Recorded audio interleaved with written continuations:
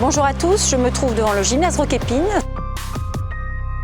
Cet hiver, j'ai été saisie à de nombreuses reprises par des habitants et des associations qui se plaignaient de l'occupation illégale du gymnase Roquépine depuis le 30 janvier 2019 par environ 150 personnes, dont des enfants, soutenus par l'association Droit au logement.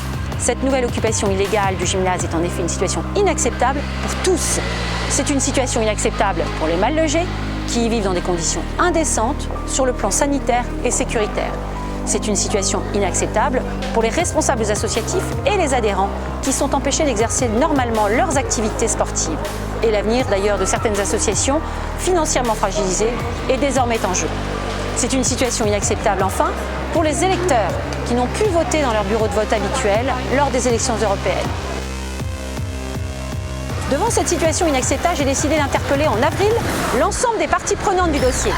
La maire du 8e arrondissement, l'adjoint à la maire de Paris en charge du logement, le préfet de police de Paris, le préfet de Paris et d'Île-de-France, afin de connaître les mesures que chacun comptait prendre dans son domaine de compétences et suivant quel calendrier, afin d'apporter dans les meilleurs délais une solution pérenne à ce problème portant gravement préjudice à la vie locale et associative.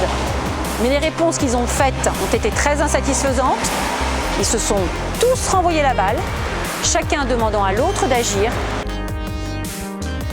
C'est pourquoi nous avons lancé une pétition afin de demander à la ville de Paris et la préfecture de Paris d'assumer enfin leurs responsabilités et de se coordonner dans les meilleurs délais pour mettre un terme à cette nouvelle occupation illégale du gymnase Roquépine en relogeant les mal logés et en permettant aux associations et aux adhérents de reprendre leurs activités.